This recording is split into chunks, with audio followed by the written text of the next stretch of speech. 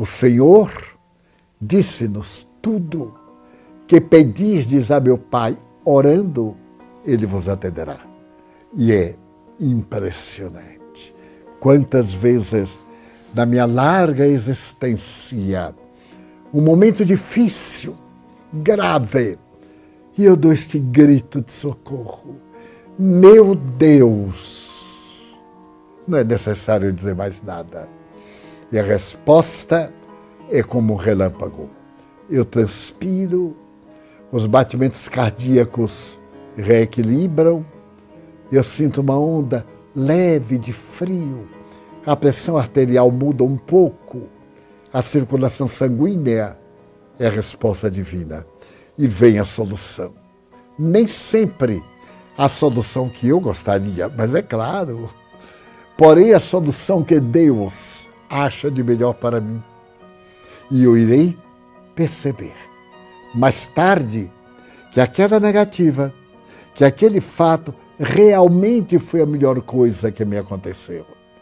Outras vezes, quando a coisa acontece como eu gostaria, constato depois que não foi tão bom, que não foi tão compensador. E então eu me entrego à divindade. Estou nas tuas mãos, Senhor, de minha vida. Apiada-te de mim. Vamos dizer isso. Tem compaixão de nós. Os teus filhos, Senhor Deus, nosso Pai, Senhor das estrelas e das galáxias, do infinito e das moléculas. Tem compaixão da nossa pequenez e vermes pensantes e ajuda-nos a entender o inextricável das leis universais.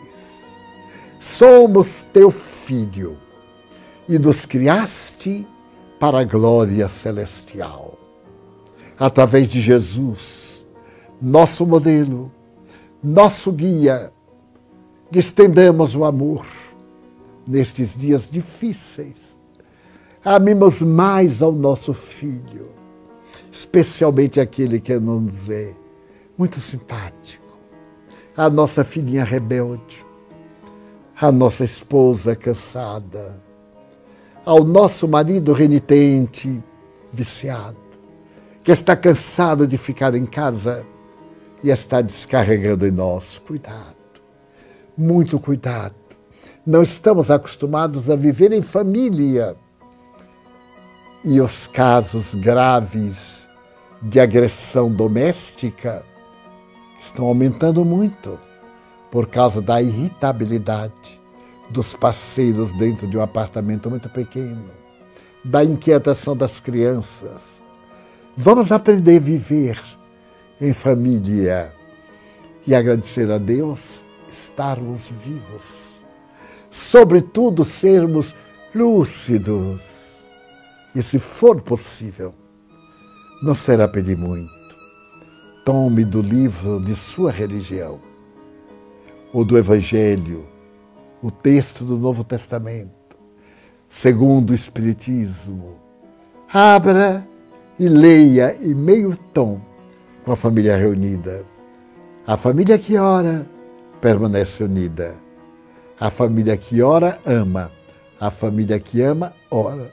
Quem ora e ama é profundamente feliz. Eu trago aqui para vocês uma das últimas descobertas da neurociência. Os neurocientistas descobriram que, quando as pessoas unirem as mãos, ou quando as pessoas se ajoelhavam, ou quando as pessoas olhavam para cima, elas ativavam essas áreas cerebrais que estão aqui. E isso chamou muito a atenção dos cientistas, porque conforme eu ativava essas áreas, eu tinha um aumento de produção hormonal de GABA, eu tinha um aumento de produção de ocitocina, que é o hormônio da aprendizagem, o hormônio do amor, o hormônio do prazer. Eu tinha um aumento de hormônios positivos.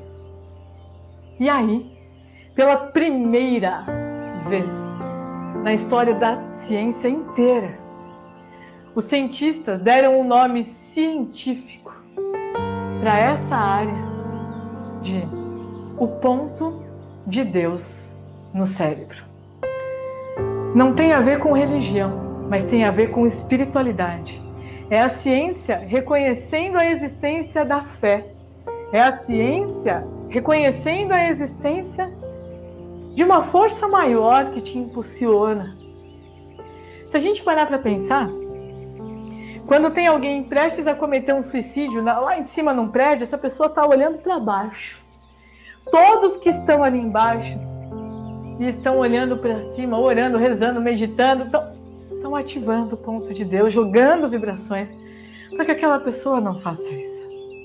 É como se Deus tivesse assinado a sua criação para dizer para você que, frente às dificuldades, aos chacoalhões que a vida nos dá, Ele está aí, dentro de você. Não só aqui não, viu, gente? Ele está. Mas ativem o ponto de Deus. Inconscientemente a gente faz isso. Quando você está passando por uma dificuldade, você dá aquela olhada para o alto, pronto, você já ativou essa área. Ativem o ponto de Deus. Saibam que vocês não estão sozinhos. Essa força, essa motivação está aí dentro de você. Basta despertar. Boa noite a todos. É uma alegria enorme poder estar aqui e falar sobre um assunto tão grandioso, tão importante para a nossa doutrina, que já despertou essa curiosidade em outros grandes pensadores como Freud, em outros grandes colaboradores para a nossa humanidade intelectual. Eu vou começar de um jeito até um pouco diferente. Conto com vocês, se vocês quiserem participar cantando um trecho de uma música, vai ficar legal para você ver como vocês cantaram uma coisa e nem pensaram muito bem nela. É assim: às vezes no silêncio da noite eu fico imaginando nós dois. Agora que é a frase. Eu fico ali sonhando acordado, juntando o antes, o agora e o depois. Beleza, já basta. Muito bom, ficou muito bonito. Tem gente que não sonha acordado. Tem gente que não tem planos para o futuro, não idealiza namorar uma menina ou um rapaz. Mas tenho certeza, todo mundo sonha dormindo. Porque é uma lei, é um fato da fisiologia humana. Dormiu, sonhou. Por que será que isso é tão importante? Primeira pergunta, é realmente tão importante dormir? Bom, quando meu pai estava na faculdade de Araçatuba, FOA, Faculdade de Odontologia de Araçatuba, teve uma pesquisa que ele participou para testar a qualidade e a importância do sono nas pessoas ou nos mamíferos de uma maneira geral. E 3 grupos de ratos participaram da seguinte experiência. 3 coisas são essenciais às nossas vidas, entre outras, mas elas: comer, beber e dormir. Todo mundo precisa fazer isso para sobreviver. Um grupo de ratos, e quando a gente fala grupo, podemos ser 50 ratos num grupo, grupo A, outros 50 no outro grupo B e outros 50 no grupo C, passavam pelas seguintes condições. O grupo A, por exemplo, não poderia dormir. Podia comer e beber quanto quisesse, mas na hora do sono a gaiola era mexida, fazia-se um ruído, alguma coisa os perturbava, eles não poderiam dormir. O segundo grupo era até mais fácil, não poderia beber água, é só tirar a água, deixa que eles façam o resto. E o terceiro não poderia comer. E ao mesmo tempo se começou o processo de abstinência. Qual dos grupos vocês acham que mais foi atacado pela ausência de um desses 3 fatores? O que não dormia, o que não comia ou o que não bebia? O que não dormia. E em segundo, só por curiosidade, quem vocês acham que se dava bem aí? Os que não comiam eram mais tranquilos. Então não fica tão preocupado antes do almoço, não. Dá para esperar muito tempo. Eu sei que a fome incomoda, a gente quer fazer a nossa refeição. E de barriga vazia é difícil pensar. Mas os camundongos, os ratos ficavam vários dias sem comer nada, bebendo e dormindo tranquilo, bebendo água, tá, pessoal? Bebendo água e dormindo muito tempo. Mas aqueles que não dormiam, era muito rápido a reação agressiva, a perda do apetite, inapetência, e rapidamente morreriam se não adequassem logo ao sono. Isso para mim mostra um fato: é muito importante que a gente durma, que a gente tenha uma qualidade de sono para a nossa saúde. Não é à toa que isso faz quase que 1/3 da nossa vida encarnada a gente passa dormindo. Mas aqui que Kardec levanta as questões mais importantes, e só quis dar esse valor, por quê? Porque se sonhamos é parte do sono, sonhando dormindo, tem uma importância na questão que Allan Kardec perguntou. A partir do item 400 do Livro dos Espíritos, Kardec perguntou assim: o espírito encarnado, portanto a minoria aqui do salão, sendo que os desencarnados sempre são maioria, o espírito encarnado permanece de bom grado no seu envoltório corporal? Kardec tem uma resposta tão sublime a essa questão. Ele pergunta se era de livre e espontânea vontade que a gente estava alegre de ficar no corpo. A resposta é assim: é como se perguntasse se o encarcerado se agrada com o cárcere. É uma resposta agressiva, não é? Você acha que o encarcerado está feliz lá dentro? Portanto, você está me perguntando uma coisa nesse nível. E eles continuam: o espírito encarnado aspira constantemente à sua libertação. E tanto mais deseja ver-se livre do seu invólucro, quanto mais grosseiro este for. Então, quanto mais brutalizado, quanto mais animalizado for no mundo espiritual, na hora do sono, da emancipação da alma, que alguns chamam de desdobramento, o desejo de ficar livre é muito maior. Portanto, todos nós, quando dormimos e nos libertamos do corpo físico momentaneamente, é como um treino para a morte, nós recebemos uma dádiva. Deus nos possibilita isso porque ama realmente os filhos, mas também tem um aspecto importante aí dessa relação. Olha o que Kardec pergunta na questão 2. Então eu suponho que essa questão do espírito desencarnado, mas ainda na Terra, em emancipação da alma, é como uma saidinha que um prisioneiro tem no período dele lá.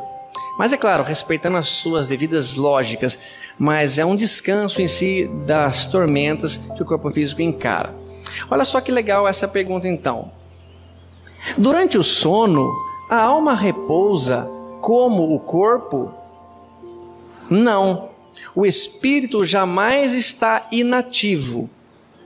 O espírito então nunca está inativo. Me lembra uma afirmação de Jesus: meu Pai, Deus, trabalha até agora e eu trabalho também.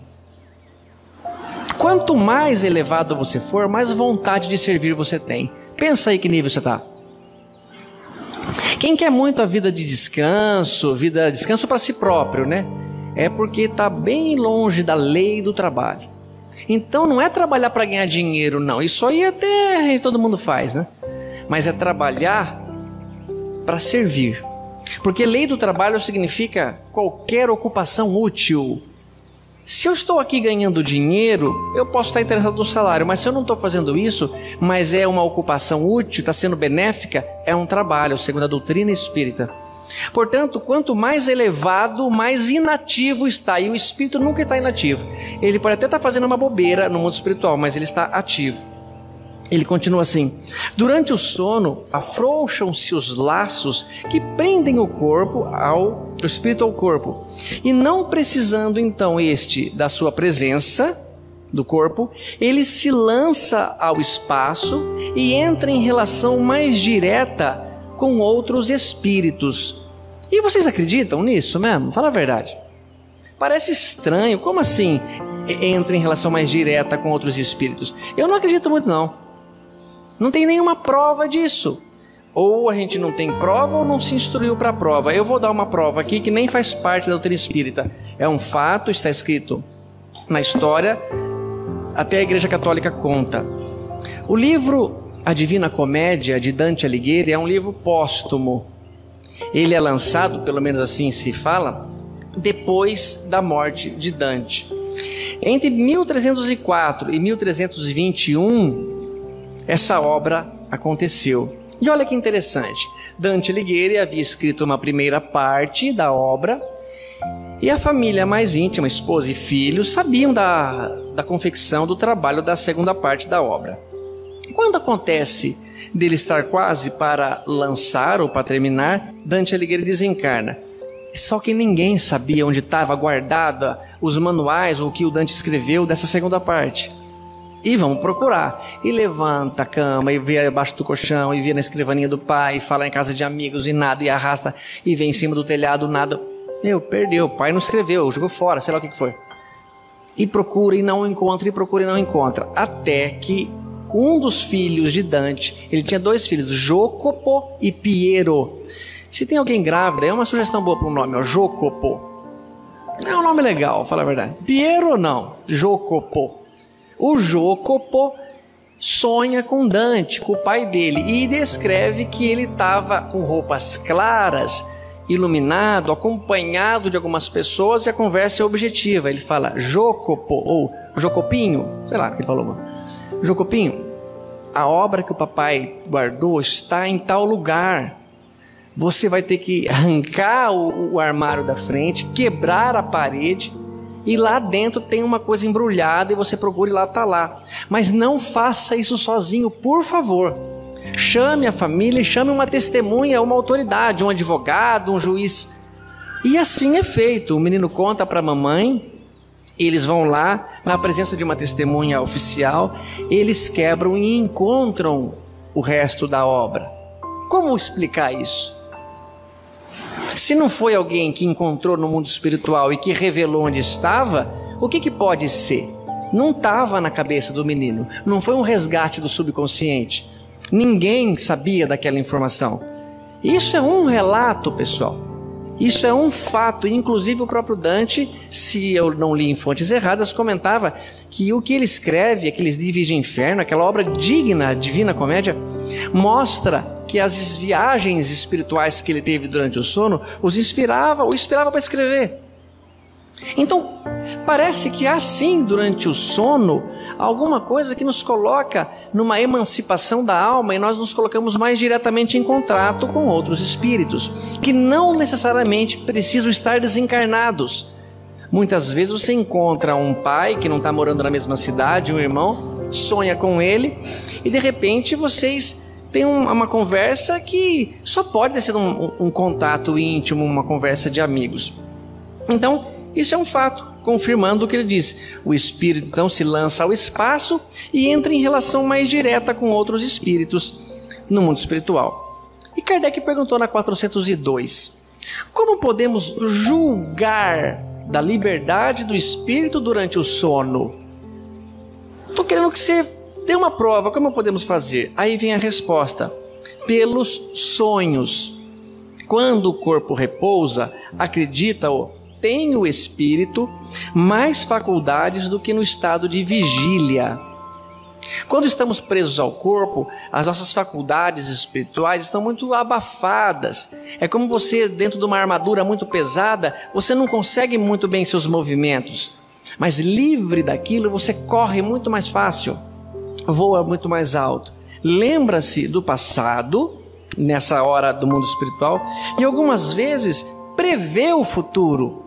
Adquire maior potencialidade e pode pôr-se em comunicação com os demais espíritos, quer deste mundo, quer de outro mundo. Olha que coisa legal, meu! Então Deus, na sua infinita sabedoria e misericórdia, obriga que o nosso corpo físico durma. É necessário, senão a gente morre mesmo. E nesse processo obrigatório, uma coisa boa está por trás. A gente tem contato com criaturas que querem nos ajudar diretamente. Por isso que a gente às vezes não tem uma mediunidade ostensiva, como o professor Nazil, como o Chico Xavier, que percebe, que vê aqui um espírito desencarnado e fala: "Ah, seu Antônio, o senhor veio ver a palestra?" Como viaja de carro e a pessoa viaja com ele. Quem não tem, como eu não tenho, pelo menos durante o sono, na emancipação da alma, encontra uma avó que morro de saudade e acordo sem lembrar, mas parece que a saudade se acalmou. Então, mamães que perderam filhos, pessoas que estão com muita dor no coração, peça de coração, passe o dia todo trabalhando para merecer isso e antes de dormir, fala: Senhor, conceda que eu encontre com Ele e mesmo que eu não me lembre, eu acorde com uma memória, ainda que subconsciente, que acalme essa saudade. E você vai perceber se isso pode acontecer ou não. E aí ninguém mais precisa te provar nada, porque você provou para você mesmo. A resposta é grandiosa, pessoal. Tudo isso aqui é a resposta de Kardec, ó. Porque na verdade, quando o Kardec tem a resposta, a letra do Livro dos Espíritos, a fonte está escrita com uma fonte, vamos pôr Arial. E aí o Kardec coloca o pensamento dele, acrescentando brilhantemente, e a gente coloca em outra fonte, Times New Roman, sei lá o quê. Então aqui está marcado um grandioso pensamento de Kardec, que não dá para a gente ler e ficar aprofundando, tem mais questões para que sejam lidas, né? Mas aqui um trecho que eu grifei: estes espíritos, quando dormem, vão para junto dos seres que lhes são superiores. Com estes viajam, conversam e se instruem. Trabalham mesmo em obras que se lhe deparam concluídas, quando voltam morrendo na terra ao mundo espiritual.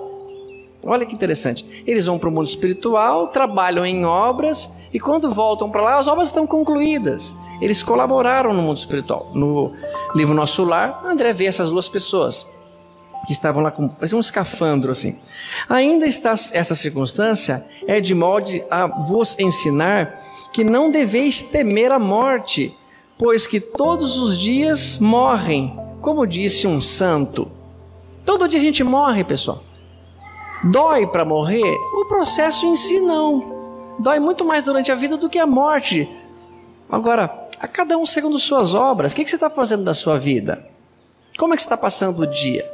Mas não é só assim, então eu sou o maior crápula que existe, eu morro e vou ter com os espíritos superiores. Não, Richard Simonetti falou que como você está passando o seu dia, os lugares que você gosta de frequentar, os pensamentos que você tem, são condizentes às companhias espirituais que você vai ter. Você às vezes não consegue nem ver espíritos superiores, tamanha o seu atraso, a sua visão material, e você então vai ser convidado a participar de lugares que não é bem-vindo, a gente não deveria pensar nisso, pelo menos nós, na condição. Mas o sonho em si, importante que se reflita, que eles, por um ponto de vista, falam assim: o sonho é a lembrança de que o espírito viu durante o sono. Quando você sonha uma coisa, você tem essa experiência, você tem essa realidade. Mas veja que interessante, que não podemos nunca desperdiçar a forte opinião de Allan Kardec, quando ele fala tem que ter bom senso nas coisas. Uma parte sim é explicada por isso, mas não é tudo que é isso. E eu escolho algumas questões para falar assim para vocês. Eu sonhei com o meu avô já desencarnado, contou para mim assim, falou uma história. Ótimo, é bem provável que tenha sido um contato espiritual. Maravilha, parabéns. Mas então eu sonhei com um animal, eu vou jogar no jogo do bicho que vai dar o animal. Os espíritos superiores não estão interessados em falar isso para você, meu. Mesmo porque ele quer que você trabalhe, não que você viva de renda. Então o que eu posso imaginar? Vamos imaginar um raciocínio simples. Na cidade de São Paulo, capital, tem mais de 11 milhões de pessoas que são obrigadas a dormir. E elas dormem. Então são mais de não sei quantos milhões de sonhos, porque a gente sonha mais de uma vez durante a noite, na fase do sono REM. Eu acho que pelo menos um bicho dos 25 vão ser sonhados naquela noite. Um deles joga, ou todos jogam. Um vai ganhar, e os outros, como é que explica? Então é muito mais chance de não ter nada a ver com isso do que ter a ver. E é o que Kardec fala. O que pensar dos significados atribuídos aos sonhos? Os sonhos, responde para Allan Kardec, não são verdadeiros como se entendem os ledores de Buena Dicha. Eu fui ver o que era isso, destino, cartomante, sorte, que existia um catálogo. Sonhou com um dente é morte de parente. Não, nada a ver. Eu sou dentista, sonho direto. Se fosse assim eu estava órfão desde que nasci. Não, eu sonho, mas não é isso. É meu fisiológico. Cara, amanhã tem uma cirurgia nervosa para fazer, que coisa. Às vezes eu penso até um contato com um amigo que vai me dar uns toques, e em si, graças a Deus, não morre ninguém. Mas quem sonha com uma coisa mais coerente, real, grandiosa, pode acreditar. Mas não é porque sonhou com um animal que vai dar aquele animal, ou pode até dar, mas é porque você está querendo jogar e você já vem sonhando um monte de vezes que não deu, pode ver. Então, por favor, não faça da doutrina espírita um manual rasteiro. É uma doutrina grandiosa que diz o mundo espiritual há uma relação durante o sono e que muitas das vezes há uma revelação para o futuro, mas que vai lhe fazer bem, vai lhe prevenir, vai lhe acomodar. Eu tenho uma história real que eu conto, e que um amigo meu nasceu no dia 7/7/1977. Eu nasci em 76, ele nasceu em 77, eu sou um ano mais velho, portanto. E quando ele ia fazer 17 anos, ele sonhou com um jogo de cavalo. Dia 7/7/1977 ele nasce. Quando ele ia fazer 17 anos, ele sonhou e não deu outra. Ele juntou tudo que tinha já, emprestou do pai e da mãe e jogou no cavalo de número 7. O que aconteceu? O cavalo pegou o 7º lugar. Podia ter pego em 3º, em 4º. Ué, por que pegaria em 1º? Não é o 7 que está confiando? Meu Deus, não façam dos espíritos superiores bobalhões como nós. Eles não estão aqui para isso. Não peça para eles, qual o jogo do bicho, qual que eu vou ganhar? Honre a condição de ser filho de Deus. Estude a doutrina e exerça o trabalho de ser coerente, mas eu não canso de pedir. Faz eu encontrar a minha madrinha, faz eu encontrar com a minha avó linda. Quem sabe se eu desse um abraço neles, quem sabe se eu puder ver. Eu estou com uma dúvida espiritual, me ajude amanhã, quem sabe eu possa acordar com mais esclarecimento. E isso é o nosso merecimento. Então, um raciocínio lógico, fácil, que nunca nos coloca nessa condição. Mas vejam que grandes revelações sim podem ser feitas no mundo espiritual. E a gente, às vezes, por causa de um ponto que é mentiroso, despreza outros. Eu não sei, mas professor dava uns cursos de livros que eram fantásticos.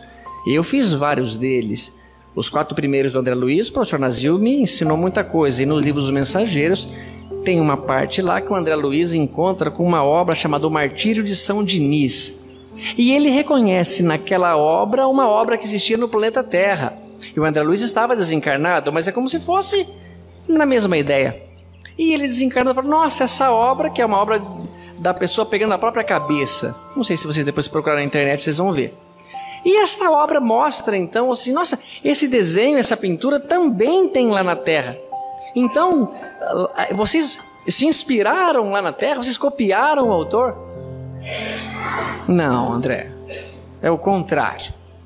Vocês, na emancipação da alma, vêm aqui, vê as coisas, se inspiram e vão para lá.